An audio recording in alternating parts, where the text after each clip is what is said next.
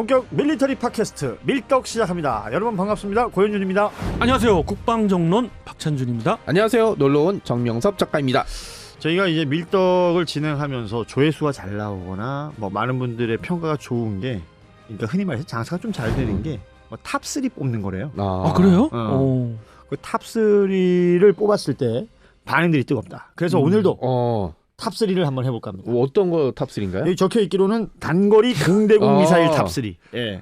아 이걸 제가 사실 팬텀2를 생각하면서 네. 팬텀2 하면은 또 미사일 중에서 중거리 미사일이긴 하지만 스페로 미사일이 있잖아요. 스페로. 예, 그것까지 이제 퇴역을 하면서 아 미사일 안녕히 보내줘야 되는구나 하면서 공대공 미사일 쪽에 생각을 하다 보니까 대한민국이 요즘 앞으로 향후 10년 안에 개발을 해낸다. 보라매 때문에 개발하는 게 여러 가지가 있죠. 그쵸. 우선 엔진. 예, 반드시 해야죠. 반드시 해내야 되는데 굉장히 어렵지만 반드시 해내야 되고 거의 이 가능성이 충분한 것 중에 하나가 단거리 공대공 미사일이에요. 단거리. 그래서 단거리 공대공 미사일을 탑3를 한번 해볼까. 시작은 좋았어요. 머리가 지끈지끈 근데 아픈 거예요. 저도 머리가 아픈 게 단거리 공대공 미사일이라고 딱 나왔을 때 알아들을 수 있었던 거 미사일. 그거 뭐 영화에 너무 많이 나왔잖아요. 쫙 삑삑삑삑 발사 뭐 이러면 쫙 날아가서 악당이 주인공한테 쏘는 거 항상 빗나가. 근데 주인공은 다치고 이럴 때도 잘 날아가. 그래서 명중시켜서 펑 터지는 게 이제 영화의 끝이었잖아요. 하이라이트. 그러니까 미사일이라는 건 알아듣겠는데 여기 보면 단거리. 단거리가 어디부터 어디까지 단거리.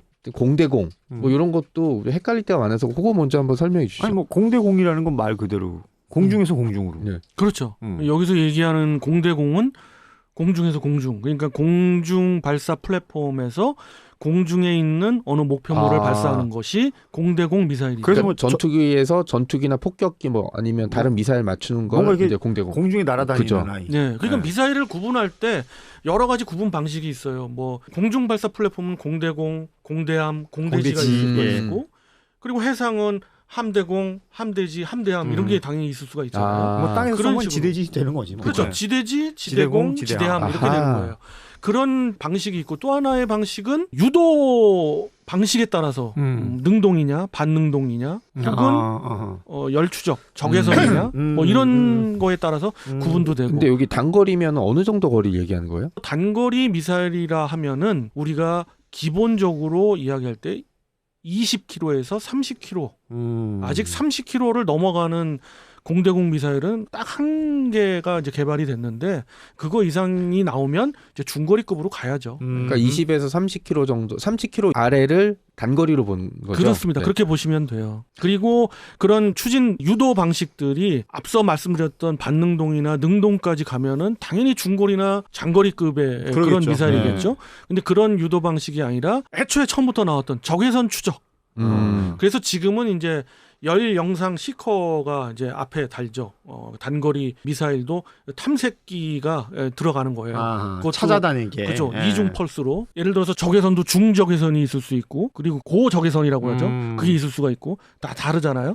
그것도 이중으로 다 탐색을 가능할 수 있는 그런 탐색기가 들어가 있는 열추적 방식의 그런 미사일이 대부분의 단거리 미사일의 현 주소예요. 단거리 미사일들이라고 분류된 미사일을 보면 앞에 이렇게 뾰족하거나 그런 게 아니라 유리처럼 돼서 뭔가 렌즈 같은 거 달려 있는 게 본 걸 많이 봤거든요. 그게 시커가 있는 거죠. 그게 이제 시커를 그러니까 직접 눈으로 찾아서 봐서 명중시키는 방식인 거죠. 되게 쉽게 생각하면 그런 것 같아. 뭐 중거리 장거리는 너무 멀리 있으니까 내가 내 눈으로 보고 때릴 수가 없잖아요.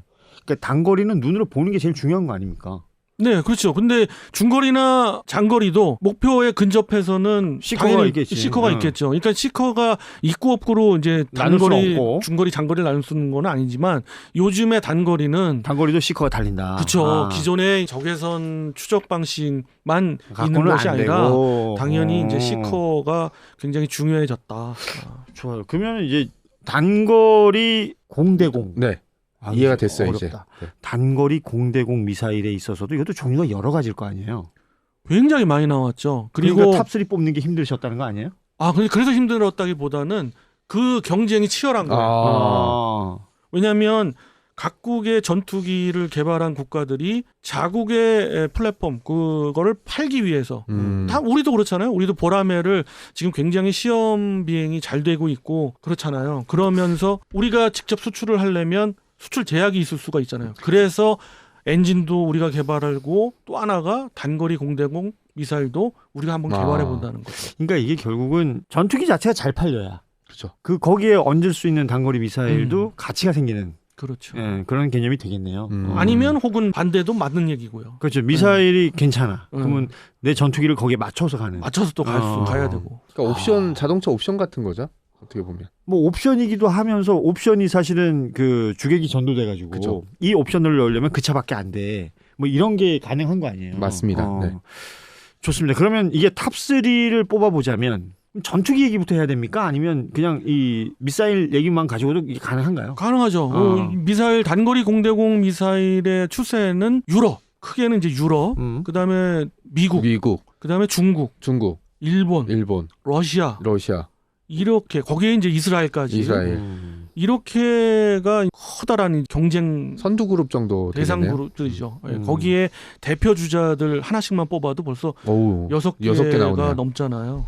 6개 정도 되겠죠. 네. 그러면 일단 탑 6가 되네요. 어찌됐건. 네, 그래서 제가 탑 7을 한번 뽑아서 거기에서 출연을 하다 보니까 머리가 아픈 거예요. 어허. 그럼 탑 7부터 한번 얘기해봐요. 그럼. 우선 유럽을 보면 2개 미사일을 꼽을 수가 있죠. 우리에게 굉장히 익숙하고 보라매에 장착하는 아이리스-T 미사일이 있고 이거 독일제인가요? 독일제라고 볼 수는 없죠. 유럽에 공동 개발했다. 개발. 유럽에 아주 유명한 그런 방산업체가 세계 방산업체가 공동 개발한 조별과제. 조별과제로 개발한 미사일이고 또 하나는 이제 영국이 주축이 돼서 개발한 아스람이라고 흔히 얘기하죠. 제식명은 AIM. 그러니까 공대공 미사일은 미사일 제식명이 나토 표준으로는 AIM으로 시작해요. 그래서 AIM 132 아스람 미사일 그것도 당연히 탑 7에 들어가는 굉장히 훌륭한 미사일이에요. 유럽에서는 요 두 개를. 다만 단점이 이왕 말씀드립니다만 탑 3에 제외를 시킨 게 아스람이에요. 엄청난 기동성도 보이고 다 좋은데 엔진의 추력 편향 기능이 없어요. 아스람에. 그럼 단거리 공대공 미사일로서는 좀 문제가 될 수 있겠네요. 기동성에서 조금 떨어진다고 볼 수 있죠. 그럼에도 불구하고 55G를 견디는 기동성이 있거든요. 그래서 대단하긴 한데 어찌됐든 세 개를 골라야 되니까. 아스람 탈락. 탈락을 했어요. 자, 미국. 그다음 미국에서는 뭐 많죠. 볼 것도 없이 AIM 맞는 게 아니라 AM9 사이드 와인더에 계속되는 개량형이 이게 압도적이다. 그렇죠. 그래서 AIM-9X 가장 최신형이죠. AIM-9X를 꼽을 수 있고요. 중국은 PL-10E 형이 가장 최신형입니다. 이거 탑3 들어갑니까? 뺐습니다. 충격적이지만 사이드 와인더 AIM-9X도 뺐습니다. AIM-9X도 뺐어요. 기동성에서 3개로 들어가기에는 조금 못 미치는 것 같아요. 그 혹시 귀찮아서 아닙니다. 그런 건 아니고. 네, 머리에 쥐날 정도로 생각을 해봤어요. 좋습니다. 그러면 지금 남아있는 나라가 러시아, 일본, 이스라엘 있어요. 네. 러시아는 유명한 그런 미사일이 있죠. 아처 R73 아처인데 이 아처가 사실은 지금 얘기하고 있는 나머지 6개의 미사일들이 나오게 된 태동이 된 그런 미사일이에요. 제일 형아 같은 거군요. 여기가 기축성 밖에 미사일을 갖다 연동해서 쏠 수가 있고 그리고 중요한 게 헬멧 연동 미사일이기 때문에 굉장히 신기원을 일으켰기 때문에 아처를 추종했는데 사실 아처의 최신형은 R74M이에요. 그 미사일을 7개의 미사일 중에 넣었어요. 근데 결론적으로 말하자면 뺐어요, 제가. 탑3에는 또 빠지고. 뺀 이유는 이게 SU-57 그들이 얘기하는 5세대 스텔스 전투기에 들어가는 그런 미사일인데 지금 그 플랫폼이 몇 개? 10대 이상 정도밖에 지금 생산이 안 됐어요. 그리고 이 미사일의 성능도 의심스러워요. 그렇기 때문에 일단 뺐습니다. 그렇죠. 아까 말했던 그 플랫폼 자체가 영향력이 어느 정도에 따라서 이건 뭐 달라질 수 있는 거니까. 좋아요. 러시아 빠지고 일본은 AAM-5 미사일이 가장 최신형 미사일인데 우리보다 앞서 단거리 미사일을 개발했다는 거에 의의가 있죠. 그래서 AAM-3에서 이제 발전된 미사일인데 이 미사일은 결론적으로 말씀드리면 넣었어요, 제가. 들어봤어. 는 이유가 좀 있는데 어. 많은 사람들이 간과하는 부분이 있는데 일본의 기술력이 유도 미사일 기술력이 대단하긴 해요. 그렇기 때문에 뭐 인정할 걸 인정해야 되니까. 그리고 그들의 그 전자 기술도 우리 수준에 못지 않다고 볼 수 있고요. 그렇기 때문에 의지 문제지 그 단가 문제도 있지만 그런 걸 떠나서 자체의 성능으로 본다 그러면 AA의 5도 세 개의 그 미사일 탑3에 들어갈 안에는 수 있다. 들어갈 수 있다고 본 거예요. 그럼 지금 현재 지금 2개가 들어갔죠? 자, 아이리스-T, 네. 그다음에 AAM-5. 네. 그리고 지금 나와 있는 나라가 또 이스라엘이 하나 남았어요. 그렇습니다. 바로 이스라엘의 파이슨 5를 집어넣을 수밖에 없습니다. 아하. 요건 나도 들어봤어. 실질적으로 그들이 공표하는 그 재원이 사실은 맞아요. 중국이나 러시아가 조금씩 밀리는 이유 중에 하나가 그들이 페이퍼상에 제시하는 거에 성능이 안 나오는 경우가 많잖아요. 믿을 수 사실 없죠. 중국, 러시아는 약간 좀 뭐랄까 뻥이 있는 거 아니에요? 그럴 수밖에 없는 게 계속 여지껏 그래왔기 때문에 어쩔 수 없는 부분이 있고 물론 러빠나 중국제 미사일이나 이런 중국제 무기체계를 좋아하는 분들한테는 죄송한 얘기지만은 그럴 수밖에 없어요. 객관적으로 볼 때. 그래서 좀 뺐는데 근데 이스라엘의 파이스5는 이스라엘은 상당히 이건 리얼 스펙이다. 네, 신뢰가 가고요. 무려 기동성이 70G예요. 지금 7개의 미사일 중에서도 가장 뛰어나요. 기동성이 가장 뛰어나고 지금까지 추구하는 모든 시커나 이런 것이 다 최신형이고 그렇기 때문에 당연히 탑7을 넘어선 탑3에 들 수밖에 없는 미사일이다. 자, 이렇게 한번 정리를 해볼게요. 그러면 이제 유럽에서 나온 아이리스-T, 이게 이제 우리 보람에 장착이 되는 아이가 되는 것이고, 그 다음에 이스라엘의 파이슨5를 얘기해 주셨고, 일본의 AAM5 이렇게 세 개를 꼽아주셨습니다. 그러면 아까 탑7에서 탑3로 좁혔잖아요. 이 나머지 네 아이가 탈락한 이유는 뭘까요? 기동성이 조금 밀리는 것 같고요. 기동성. 머리가 아픈데 밀리는 것 같고 혹은 추력 편향 기능이 없는 있느냐, 것도 없느냐. 있고 그 외에는 다 있어요. 그렇기 때문에 이제 머리가 아픈 거고 지금 추종하고 있는 최신의 기술들이 다 들어가는 그런 미사일들이고 약간의 사거리 차이가 좀 있는데 그래도 25km에서 많이 나가기에는 30km까지 다 나가는 미사일이기 때문에 심지어 러시아의 대표 선수 그 아처의 가장 최신형인 R-74M은 40km까지 나가요. 그러면 이게 단거리냐 중거리냐 또 헷갈리는 정도 수준까지 돼요. 예. 그렇지만은 그런 모든 걸 종합해 볼 때 좀 탈락할 수밖에 없었죠. 지금 그러면 꼽아준 우리 박찬준 위원이 꼽아주신 이 세 개의 단거리 공대공 미사일이 다른 군사 전문가들도 거의 이거 동의를 할까요? 안 그렇겠죠. 앞서 뭐 우리가 전차 얘기도 했고 그 전에 뭐 자주포 얘기도 했고 이거는 뭐 우리의 뇌피셜이고 좁게는 저의 의견이기 때문에 막 그냥 우리 밀떡의 의견으로 갑시다. 그렇습니다. 네. 그렇지만은 뭐 이의 없으시죠? 뭐 거의 이의가 없습니다. 혹시 어떻게 될지 모르니까. 거의 하나 붙여놨어. 이런 걸 소개해드리면서 이제 흥미롭게 우리가 생각하는 그런 부분도 있고요. 또 하나는 제가 여기서 의미를 두고 있는 건 드디어 대한민국이 이런 탑3든 탑7이든 이 안에 들어가는 단거리 공대공 미사일을 개발을 시도하기 시작했다. 시도하기 시작했다. 네. 물론 거기서 나오는 기본적인 우리가 기술이나 이런 거는 충분히 갖고 있어요. 저는 제가 단언하건대 탑3는 아직 몰라도 탑7에 들어가는 그 미사일급 최신형의 미사일들은 충분히 따라갈 수 있는 미사일을 개발할 수 있다. 저는 그건 단언합니다. 이게 그러니까 지금 근데 보람의 아이리스-T를 단다 그랬잖아요. 네. 그럼 우리가 따로 단거리 이 공대공 미사일을 개발해야 되는 이유가 있을까요? 있죠. 일단 우리께 있으면 좋은 거니까. 그렇습니다. 그리고 국외에서 도입하는 미사일의 수량이라는 것이 한정될 수밖에 없는 게 일단 유지보수도 있습니다만 단가가 비싸요. 근데 우리가 그 유사한 성능을 발휘하면서 단가가 저렴하다? 이거 굉장한 메리트가 있는 거죠. 그게 이제 나중에 수출도 가능한 거고. 수출에 있어서도 굉장히 도움이 될 수가 있는 게 예를 들어서 중동 국가에 우리가 보라매를 판매한다 했을 때 엔진 시비 걸어 미사일 시비 걸어 우리 AIM-9X 못 따라 혹은 아이리스-T 못 따라 아이리스-T는 이제 그럴 리가 없겠습니다만 그렇죠.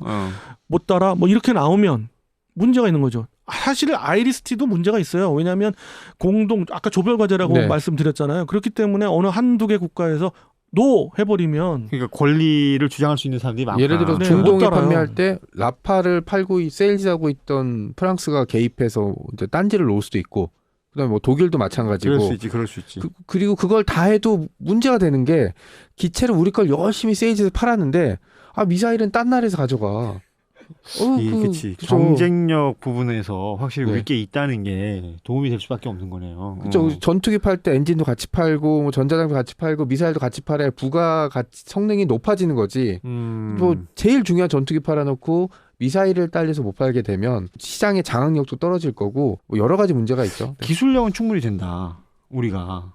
제가 보기에는 굉장히 멋진 그리고 훌륭한 미사일이 나올 것 같아요. 그 시간은 얼마나 걸리는 거예요? 2035년 봅니다, 저는. 35년. 예, 좀 길게 봐야죠. 음. 2035년 안에는 체계 개발이 완료가 되지 않을까 싶고요. 아, 이거 더 앞당겨질 굉장하네. 가능성도 있는 게 일단 그 C커 부분이 중요하다고 그랬잖아요. 그쵸. 우선 LIG 넥스원에서 시제품을 내놨어요. 전시를 하기 시작했거든요.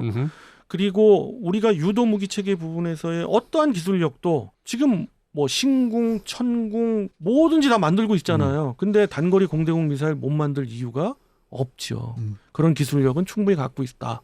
그렇기 때문에 아주 훌륭한 미사일이 나올 수가 있다. 그리고 저는 그렇게 그거 봅니다. 만든 미사일은 어쨌든 탑3는 모르겠지만 탑7 안에 들어갈 수 있다. 네, 그건 장담합니다. 탑3도 뭐 발전 여한에서 이제 우리가 시작한 거기 때문에 미사일이 나오고 나서 계속 업그레이드가 된다면 탑3 안에도 들어갈 수 있겠죠. 자, 우리가 빨리 만들어서 제대로 된 거 만들어가지고 결국 보라매와 함께 세트로 여기저기 좀 잘 팔리고 또 압도적인 어떤 전투력을 가질 수 있는 시스템이 됐으면 좋겠다는 생각을 가져보면서 오늘 주인공은 이제 단거리 공대공 미사일 탑3이기 때문에 아까 세 개는 얘기했고 순위 한번 매겨야지 그래도. 1, 2, 3 금운동을 매긴다. 그렇지. 이 더 머리가 아파지는데. 그러니까 당황하신 게 보였어 지금. 뭐 그래도 지금 내 머리 아픈 것도 아닌데 네, 뭐. 제가 굉장히 저 나름대로 심혈을 기울였기 때문에 금운동은 바로 생각을 좋아요. 했네요. 그러면 이건 동메달부터 갑시다. 네. 동메달 립본입니다. 메이드 인 립본. 네. AAM5. 네. 은메달은? 그러면 뭐 은동을 이렇게 얘기하면 저기니까 그냥 금을 얘기할게요. 아, 그럼 네. 은 당연히 나오니까 네. 금은 아이리스 T로 하겠습니다. IST. 예, 결국은 뭐 이렇게 큰 긴장감이 없네.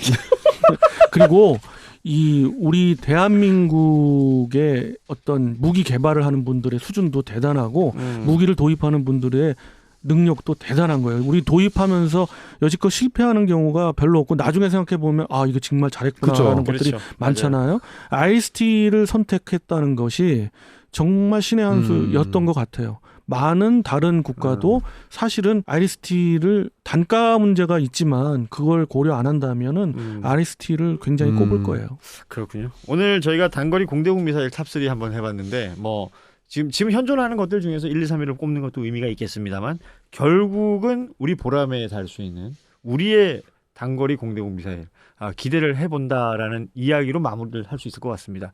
그리고 지금도 진행이 되고 있겠습니다만 잘해주셨으면 좋겠습니다. 네, 예. LIG 넥슨 화이팅입니다. 네. 그 나중에 그 뭐 시제품 같은 거 나오면 우리끼리 또 한번 이름 짓기 한번 가요. 좋죠. 이름 짓기. 네, 맞아요. 오늘은 여기서 인사드릴게요. 여러분 고맙습니다. 안녕. 안녕히 계세요.